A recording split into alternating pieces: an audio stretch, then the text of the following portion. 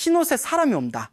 그는 여의도를 밟지 않은 발로 나라의 중심에 선다. 2023년 늦가을 강원도 깊은 산중 암자에서 홀로 정진하던 한 도승이 갑자기 붓을 들었습니다. 그는 아무도 없는 방 안에서 종이 한 장에 이을 두 글자를 적었습니다. 그리고 그 종이를 접어 제자에게 건네며 단 한마디를 남겼습니다. 정민연이 오거든 이것을 펼쳐라. 제자는 스승의 말뜻을 몰랐습니다. 그러나 2017년이 밝아오는 날 아침 그 봉인된 종이가 마침내 열렸습니다.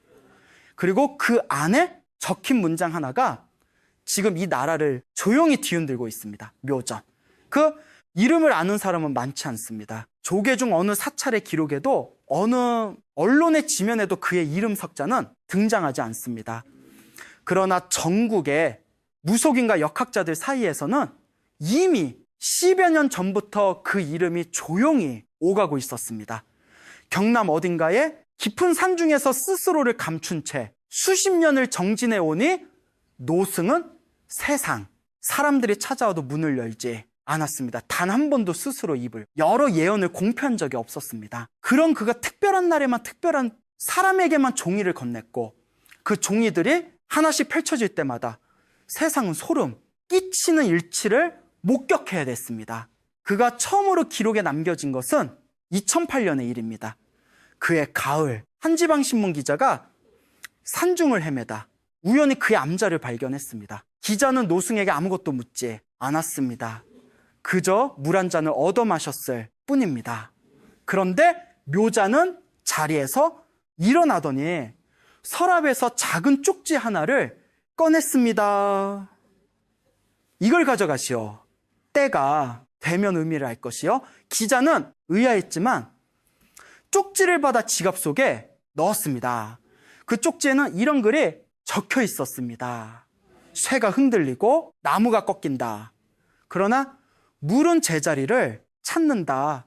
기자는 대수롭지 않게 여겼습니다. 그로부터 불과 2달 뒤 세계 금융위기가 한국 경제를 강타했고 대형 건설사들이 무너졌습니다. 그 기자는 훗날 이렇게 회고했습니다. 쪽지를 꺼내들고 한참을 멍이 앉아 있었습니다. 이것이 묘의 시작이었습니다. 그가 맞춘 것은 금융 위기 하나가 아니었습니다. 2010년 그는 또 하나의 종이를 남겼습니다. 당시 그 종이를 받은 사람은 강원대 한도회가였는데 노승은 그에게 이렇게 말했습니다. 바다 동쪽에서 불기둥이 솟는다. 땅이 갈라지고 물이 밀려온다. 그러나 더 무서운 것은 눈에 보이지 않는 불이다. 도회가는 그 말의 뜻을 오래도록 이해하지 못했습니다. 그러나 2011년 3월 동일본 대지진이 발생했고 쓰나미가 해안을 덮쳤으며 후쿠시마 원전이 폭발했습니다. 세상이 두려워한 것은 지진의 파괴력만이 아니었습니다. 눈에 보이지 않는 방사는 그 보이지 않는 불이 대지와 바다를 오염시키기 시작했습니다. 도회가는 그 종이를 꺼내들고 하루 종일 울었다고 합니다. 그로부터 3년이 지난 2014년 묘자는 또다시 붓을 들었습니다. 이번에는 지인도 제자도 아닌 길을 잃고 산에서 헤매다 암자에 들어선 낯선 여행자에게 종이를 건넸습니다.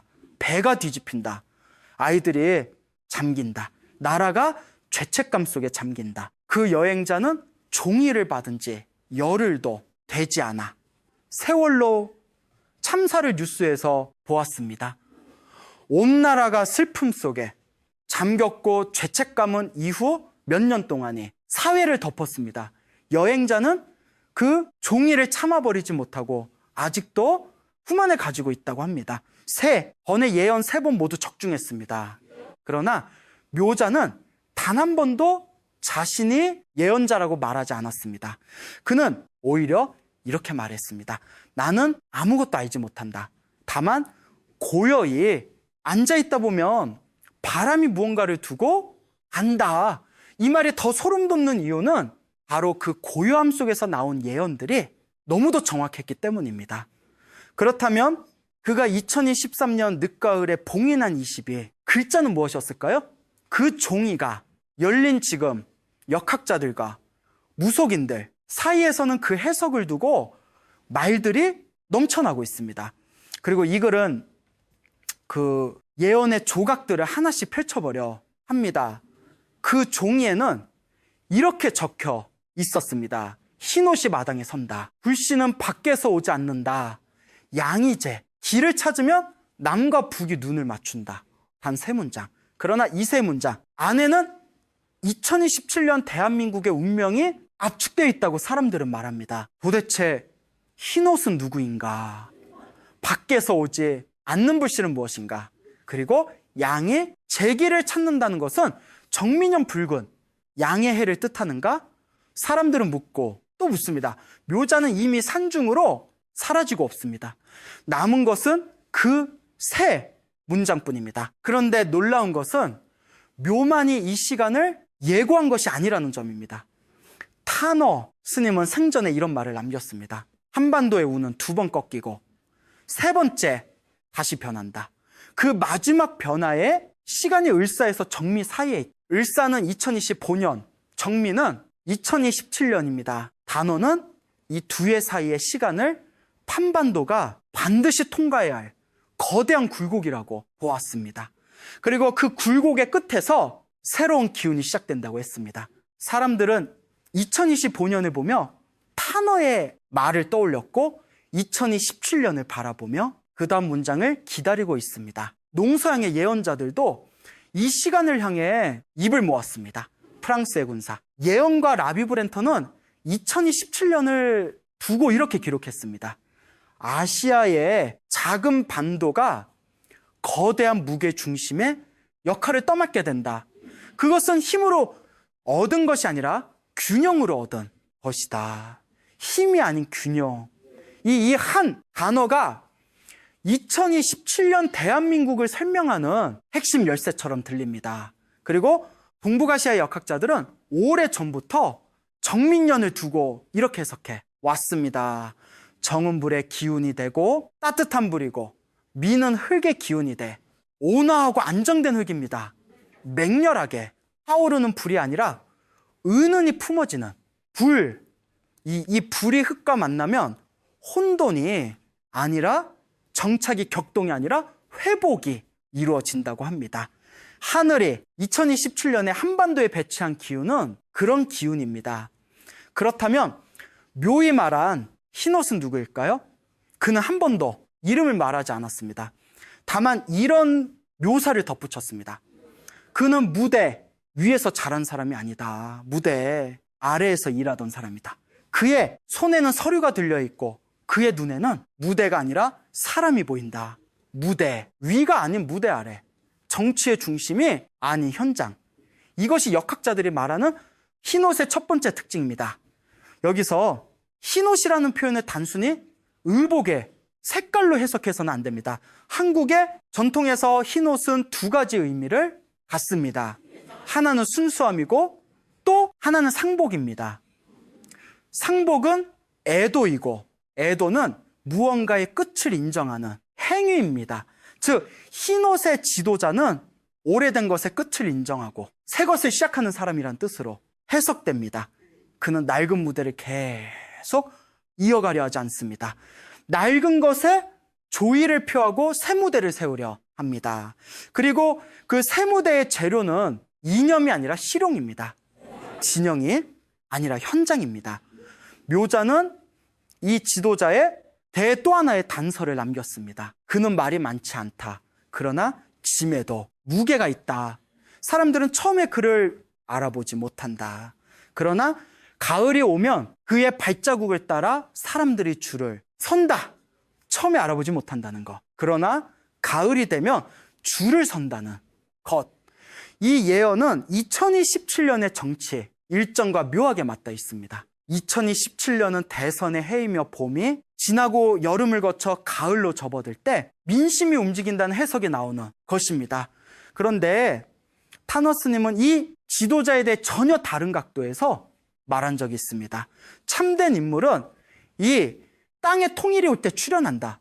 즉, 그 지도자는 단순히 선거에서 이기는 사람이 아니라 분단의 역사 앞에서 새로운 문을 여는 사람이라는 것입니다. 홍의를 이루는 것이 아니라 통일을 향한 길에 첫 돌을 놓는 사람, 그것이 흰옷의 조정자가 맡아야 할 역할입니다. 여기서 묘의 두 번째 문장으로 돌아가야 합니다. 불씨는 밖에서 오지 않는다. 이 마을은 무엇을 뜻할까요? 역학자들은 이 문장을 두 가지로 해석합니다. 첫 번째는 2017년의 변화가 외부의 압력이나 강요에 의해 이루어지는 것이 아니라는 것입니다. 강대국의 명령도 국제, 정세의 강요도 아닙니다. 이 땅에 사람들 스스로가 만들어내는 내부의 불씨, 그것이 2027년의 진짜 동력이라는 것입니다. 두 번째 해석은 더 무겁습니다. 불씨가 밖에서 오지 않는다는 말은 곧 안에서 이미 불이 지어지고 있다는 뜻이기도 합니다. 2025년의 혼란, 2026년의 공백, 그리고 그 사이에서 쌓인 국민의 에너지가 이미 불씨로 준비되어 있다는 것입니다. 그 불씨에 누가 마지막 바람을 불어넣느냐? 그것이 2027년의 핵심입니다. 일본 이야기를 해야 할 것 같습니다. 단어, 스님은 생전에 일본에 대한 예언을 여러 차례 남겼습니다. 그는 일본 열도의 상당 부분이 바닷속으로 가라앉는 날이 온다고 했습니다. 그 예언의 시간표를 두고 해석이 분분하지만 묘는 이 부분에 대해 전혀 다른 방향으로 접근했습니다. 그는 2027년에 일본에 대해 이렇게 말했습니다. 이웃나라가 여름에 하늘의 꾸짖음을 받는다. 땅이 흔들리고 물이 넘친다. 그러나 그것은 파멸이 아니다. 겸손을 배우는 계절이, 여름의 재해, 땅이 흔들리고 물이 넘친다는 것은 지진과 홍수를 암시합니다. 그리고 그것이 파멸이 아니라 겸손을 배우는 계절이라는 표현은 일본이 그 재해를 홍해의 내적인 성찰과 변화를 맞이한다 뜻으로 해석됩니다. 그런데 이 예언이 한국과 연결되는 지점이 있습니다. 일본이 흔들릴 때 동북아의 무게, 중심의 변화가 생긴다는 것입니다. 역학자들은 이것을 두고 저울 위에 추가 움직인다는 표현을 씁니다. 한쪽이 내려가면 다른 쪽이 올라갑니다. 일본이 내적인 어려움과 신름하는 동안 한국은 그 공백 속에서 새로운 역할을 부여받습니다. 라비, 브렌턴이 말한 아시아의 작은 반도가 무게 중심을 떠맡는다는 예언이 바로 이 맥락 속에 있습니다. 묘자는 이 전환을 두고 더 구체적인 단서를 남겼습니다. 해가 기울면 달이 빛난다. 그러나 달은 스스로 빛나지 않는다는 것을 안다. 그래서 달의 나라는 오만하지 않다. 해가 기우는 나라, 달이 빛나는 나라. 동양의 전통에서에는 양기의 정점 강한 빛을 발산하는 중심입니다. 달은 부드럽고 반사하며 주변을 품는 기운입니다. 묘자는 2017년 한반도의 기운이 달의 기운이라고 말합니다. 강하게 군림하는 것이 아니라 주변을 비추고 품는 역할, 그리고 그 달의 나라가 오만하지 않다는 것은 새로운 위치를 얻더라도 그것을 과시하거나 남용하지 않는다는 경고이기도 합니다. 이것은 희망인 동시에 조건입니다. 묘의 예언 중 가장 많은 사람들이 입에 올리는 부분은 세 번째 문장입니다. 양이 제기를 찾으면 남과 북이 눈을 맞춘다. 정민년 붉은 양의 해양이 제기를 찾는다는 것은 정민년이 본연의 기운을 제대로 발현한다는 뜻입니다. 그리고 그때 남과 북이 눈을 맞춥니다. 눈을 맞춘다는 것은 총구를 겨놓는 것도 악수를 나누는 것도 아닙니다. 그것은 시선이 마주치는 것입니다. 오랜 세월 서로 다른 방향을 바라보던 두 개의 눈이 같은 것을 향하는 순간, 그 순간이 2017년에 온다고 묘자는 말합니다. 그런데 이 예언을 뒷받침하는 또 다른 목소리가 있습니다. 미국의 예언가 엘레이즈 라엘은 한국에 대해 이런 말을 남겼습니다. 25년부터 시작되는 북의 균열은 2016년에서 2017년 사이에 본격적인 체제 재편의 흐름으로 이어질 것이다. 그 시점에 한국 내부가 얼마나 준비되어 있느냐가 관건이다. 준비, 이 단어가 핵심입니다. 예언은 결과를 보장하지 않습니다. 예언은 기회에 문이 열리는 시간을 알려줄 뿐입니다. 그 문을 통과할 준비가 된 사람이 있어야 비로소 예언이 현실이 됩니다. 그리고 엘로, 이스라엘이 말한 새로운 지도자는 이렇게 묘사됩니다. 그는 말이 많지 않다. 그러나 북쪽의 한 사람은 그에게 마음을 안다. 정치적으로 북을 대하는 것이 아니라 사람으로서 북의 내부를 이해하는 방식으로 접근하며 그 접근이 기존의 모든 외교 전략보다 훨씬 더 큰 파급력을 가진다. 말이 많지 않은 사람. 북쪽의 한 사람이 마음을 여는 사람, 묘히 말한 히녹과 엘로 이스라엘이 말한 새로운 지도자는 놀라울 만큼 같은 방향을 가리키고 있습니다. 이것이 단순한 우연일까요? 두 예언가는 서로 다른 언어로, 서로 다른 시대에 서로 다른 나라에서 살았습니다. 그러나 그들이 가리킨 손가락은 같은 곳을 향하고 있습니다. 이제 2017년의 달력을 더 자세히 들여다봐야 합니다. 묘자는 월별, 단서도 남겼습니다. 직접적인 월을 말하지는 않았지만 계절로 흐름을 표현했습니다. 봄에는 씨앗이 보이지 않는다. 그러나 여름의 끝에서 싹이 올라오고 가을에는 이미 서 있다. 보이지 않는 봄. 2027년의 봄은 여전히 혼란스럽습니다. 선거를 앞두고 여러 이름들이 무대 위를 가득 채웁니다. 사람들은 누가 진짜인지 알 수 없어 필요합니다. 그런데 그 봄의 소음 속에 한 사람이 소리 없이 움직이고 있습니다. 그는 씨앗처럼 아직 땅 아래에 있습니다. 그러나 여름의 끝, 즉 대선의 막바지로 접어드는 8월이나 9월에 이르면 그 싹이 드디어 지면 위로 올라옵니다. 그리고 가을이 오면 그는 이미 서 있습니다.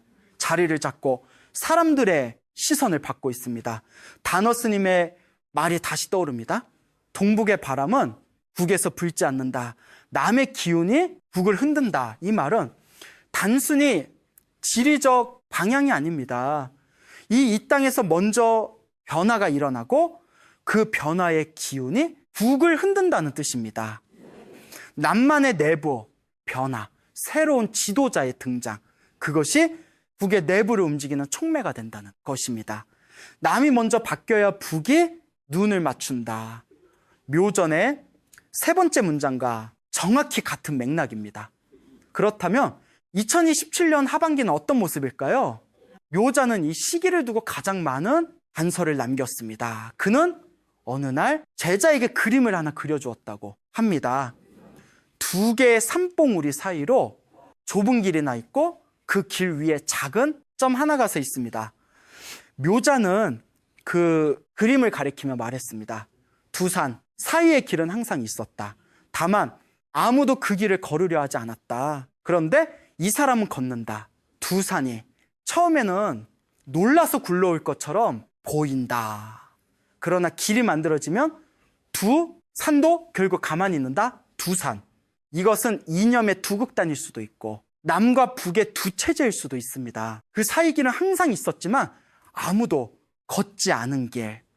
그리고 흰옷의 사람이 그 길을 걷기 시작합니다. 역학자들은 이 시기를 2027년 7월에서 11월 사이로 봅니다. 정민년의 불기운이 가장 충만하면서도 흙의 안정감이 더해지는 이 계절의 남부 사이의 실질적인 소통이 처음으로 물을 튼튼다는 것입니다. 거대한 선언도 열란한 악수도 아닙니다. 작고 조용한 시작. 그러나 그 시작이 수십 년의 벽에 처음으로 난 금입니다. 묘자는 이것을 두고 말했습니다. 강물은 소리 없이 바위를 뚫는다. 처음 뚫릴 때 바위는 아프지 않다. 그러나 이미 뚫린 것이다. 이 예언이 단순한 낙관론이 아닌 이유가 있습니다. 묘자는 조건을 달았습니다.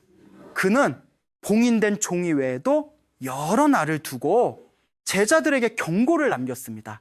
양이 제 길을 찾지 못하면 두 개의 돌이 부딪힌다.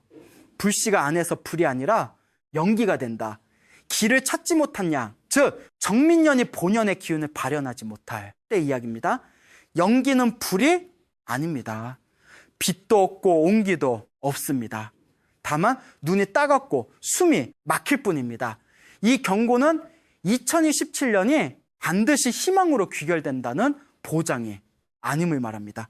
흰옷의 사람이 등장하더라도 그 사람이 진짜인지 가짜인지 가려내는 것은 국민의 눈입니다. 두산이 길을 내주더라도 그 길을 실제로 걷는 것은 이 땅의 사람들입니다. 한호 스님의 말이 또 한 번 겹칩니다. 대우는 모든 것을 주는 것이 아니다. 감당할 자에게만 열린다.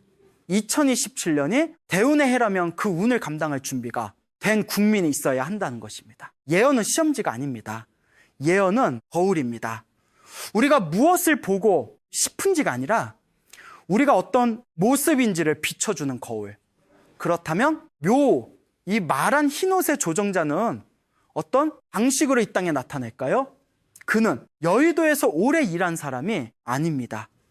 그렇다고 완전한 아웃사이더도 아닙니다. 묘자는 말했습니다.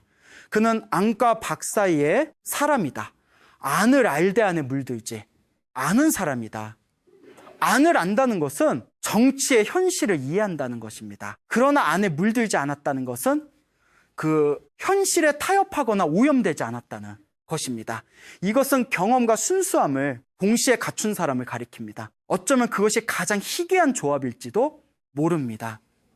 오래 정치를 하면 현실을 알지만 물들게 되고, 처음 정치에 들어온 사람은 물들지 않았지만 현실을 모릅니다. 그 사이 어딘가에 흰옷이 서 있습니다. 정민년의 역학적 의미로 다시 돌아가 봅니다. 불의 기운정과 흙의 기운미가 만나는 해. 역학자들은 이 조합이 갈등이 완화되고 갈라졌던 관계가 회복되는 흐름을 만든다고 합니다. 관계의 회복, 이것은 단지 인간 사이의 관계만을 말하는 것이 아닙니다. 찢어진 나라 안에 관계, 진영과 진영 사이의 관계, 그리고 가장 오래된 상처, 남과 북의 관계, 모든 관계가 이해의 기운 속에서 조금씩 녹아내릴 가능성을 품고 있습니다. 그러나 기운이 가능성일 뿐이라는 것을 잊어서는 안 됩니다. 가능성은 선택입니다. 이제 묘히 남긴 가장 마지막 말을 들어야 합니다. 그가 암자를 떠나기 전날 밤 제자 중 한 명이 그에게 물었습니다. 스님, 2027년이 되면 이 나라는 정말 좋아질까요? 묘자는 오래 침묵하다가 이렇게 말했습니다. 좋아지는 나라가 어디 있느냐? 다만 스스로 좋아지려는 나라가 있을 뿐이다. 스스로 좋아지려는 나라. 이것이 묘히 남긴 예언의 진짜 핵심입니다. 흰옷의 지도자도, 남북의 눈맞춤도 동북아 무게, 중심의 이동도 모두 이 한 문장에 달려 있습니다. 스스로 좋아지려는 의지, 국민 한 사람 한 사람이 그 의지를 가질 때 예언은 현실이 됩니다. 제자는 다시 물었습니다. 그렇다면 우리는 무엇을 해야 할까요? 묘자는 자리에서 일어나며 짧게 대답했습니다. 눈을 맞춰라. 거울이 아닌 창문으로 이 말의 의미를 곱씹어 봅니다. 거울은 자신을 비추는 것입니다. 자신의 진영, 자신의 이념, 자신의 집단, 거울 앞에 서면 자신밖에 보이지 않습니다. 그러나 창문은 밖을 향합니다. 나와 다른 사람, 나와 다른 생각, 나와 다른 역사. 창문으로 눈을 맞춘다는 것은 나를 내려놓고 상대를 본다는 것입니다. 그것이 2027년 대한민국에 가장 필요한 것이라고 묘자는 말했습니다. 이 예언은 여기서 끝나지 않습니다. 묘히 남긴 종이를 받아 열었던 제자는 이후 스승의 또 다른 말들을 조금씩 기록해 왔습니다. 그 기록 중에 이런 말이 있습니다. 이 나라가 가장 빛날 때는 칼을 든 순간이 아니었다. 노래를 부를 때였다. 그림을 그릴 때였다. 이야기를 만들 때였다. 칼이 아닌 노래, 이것은 한류라고 불리는 이 나라의 문화적 힘을 암시하는 것일 수도 있습니다. 2027년에 한반도가 세계의 무게 중심이 된다면 그것은 군사력이나 경제력 때문이 아니라 이야기의 힘 때문이라는 것입니다. 이 땅의 사람들이 만들어내는 이야기들이 세계 사람들의 마음을 열고 그 열린 마음들이 한반도를 향하게 된다는 것입니다. 그리고 그 이야기들의 힘이 남과 북 사이의 벽도 조금씩 녹인다는 것입니다. 단어, 스님도 비슷한 말을 남겼습니다. 한반도가 세계의 중심이 될 때 국제적인 권능의 지도자가 이 땅에서 출현한다고 했습니다. 그 지도자의 역할은 단순히 국내 정치의 수장이 아닙니다. 그는 이 땅을 통해 세계가 바라보는 새로운 질서의 첫 문장을 쓰는 사람입니다. 그 문장의 첫 단어가 무엇인지 묘정과 탄어는 말하지 않았습니다. 그것은 우리가 써야 하는 부분이기 때문입니다. 역학자들이 조용히 나누는 말이 있습니다. 1905년을에 우리는 주권을 잃었다. 그 상실은 120년의 상언으로 남아있다. 그런데 2025년 을사년부터 2027년 정민년까지의 3년은 그 120년의 상처가 비로소 아물기 시작하는 시간이다. 상처가 아문다는 것은 흔적이 사라진다는 것이 아닙니다. 흔적은 남아있대 더 이상 피를 흘리지 않는다는 것입니다. 그 흔적이 우리가 다시는 그런 선택을 하지 않도록 기억하게 해주는 증거가 된다는 것입니다. 120년 그리고 그 끝에서 있는 2017년 묘의 20이 글자 중 마지막 5글자를 이제 들여다볼 시간입니다. 종이의 맨 끝에는 이렇게 적혀 있었습니다. 물이 제자리를 찾는다. 처음 시작된 이야기로 돌아왔습니다. 2008년 금융위기 직전 묘의 기자에게 건넨 쪽지의 마지막 문장이 바로 이것이었습니다. 쇠가 흔들리고 나무가 꺾인다. 그러나 물은 제자리를 찾는다. 그리고 20년이 흐른 뒤 같은 문장이 다시 봉인된 종이의 끝에 나타났습니다.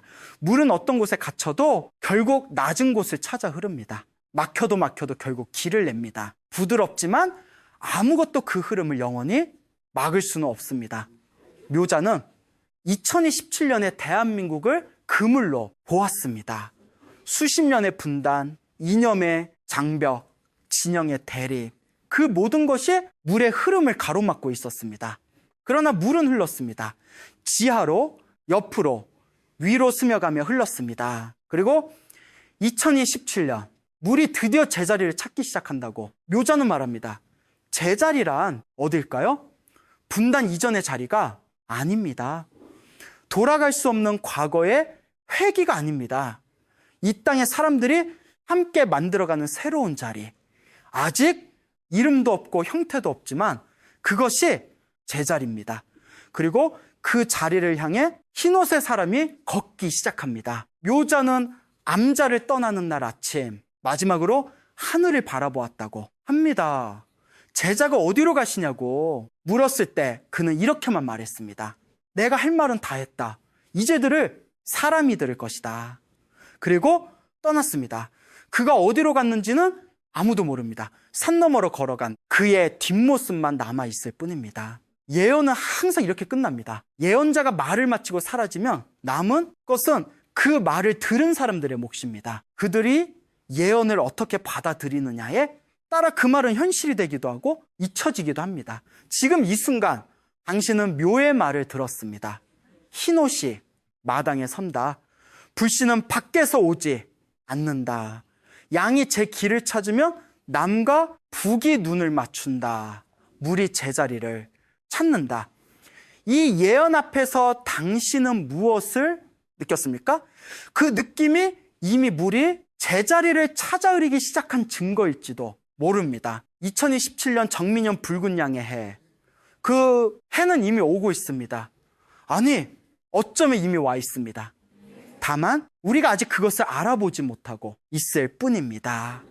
묘장이 말한 것처럼 가을이 오면 그 발자국을 따라 사람들이 줄을 서게 될 것입니다. 그때 우리는 비로소 봄부터 이미 시작돼 있었음을 깨닫게 될 것입니다. 예언은 답을 주지 않습니다. 예언은 질문을 남깁니다. 묘히 남긴 가장 큰 질문은 이것입니다. 당신은 창문으로 눈을 맞출 준비가 되었습니까? 오늘의 이야기는 여기까지입니다. 이 이야기가 의미 있으셨다면 구독과 좋아요로 함께 해주세요. 여러분의 관심이 다음 이야기를 만드는 힘이